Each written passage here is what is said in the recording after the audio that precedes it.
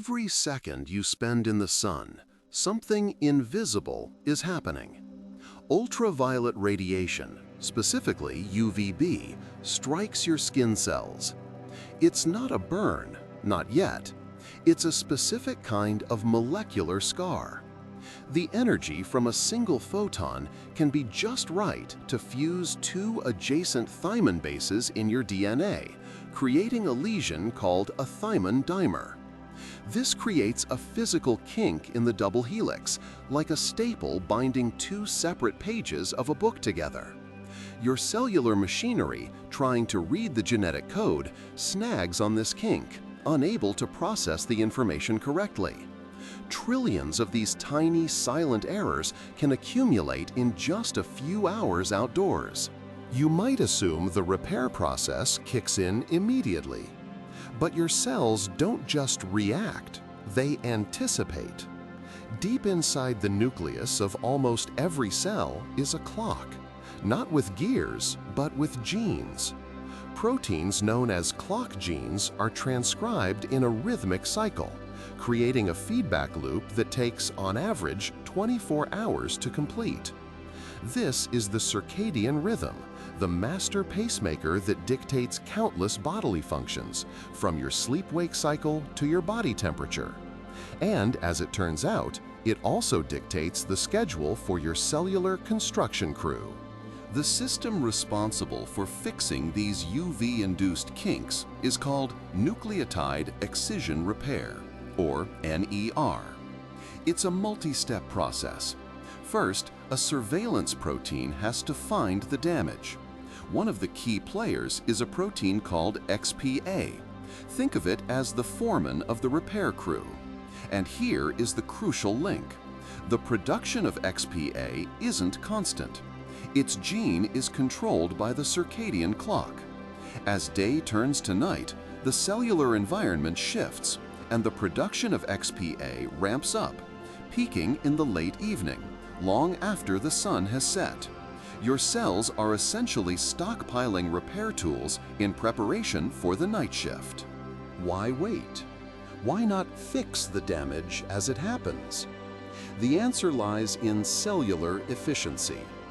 During the day, your DNA is incredibly busy. It's rush hour on the genome. Thousands of genes are being actively transcribed, unzipped, and read by RNA polymerase to create the proteins your body needs to function. Attempting major repairs during this period would be chaotic. It's like trying to repave a highway during peak traffic. The repair machinery could collide with the transcription machinery, causing more errors or halting essential protein production. The cell makes a trade-off. Tolerate the damage temporarily for the sake of uninterrupted daytime operations. As you fall asleep, transcription rates for many genes slow down. The highway quiets. This is the signal for the night shift to begin. The stockpiled XPA proteins, now at their peak concentration, deploy across the genome. They patrol the vast lengths of your DNA, searching for the kinks and bulges left over from the day. Once a thymine dimer is found, the full NER pathway is activated.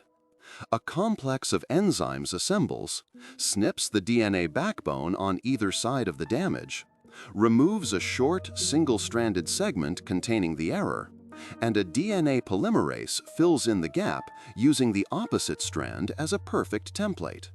Finally, DNA ligase seals the strand, leaving the code as good as new. This isn't just about sunlight.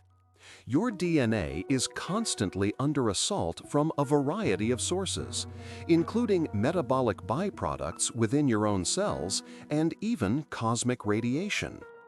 The nighttime repair window is for all kinds of housekeeping. It coincides with other cleaning processes, like autophagy, where the cell breaks down and recycles old or damaged components. It's a system-wide, synchronized period of restoration. The timing is everything. If the repair happens too early, it interferes with daily tasks. If it happens too late, the cell might replicate its DNA for division, cementing the mutation forever. The window has to be just right, and your circadian clock is the timekeeper. Monotony has grown fast. Nearly 2,700 people have watched in the last few weeks, yet less than 0.03% are subscribed. It would mean a lot if you joined by hitting subscribe. And again, thanks for watching.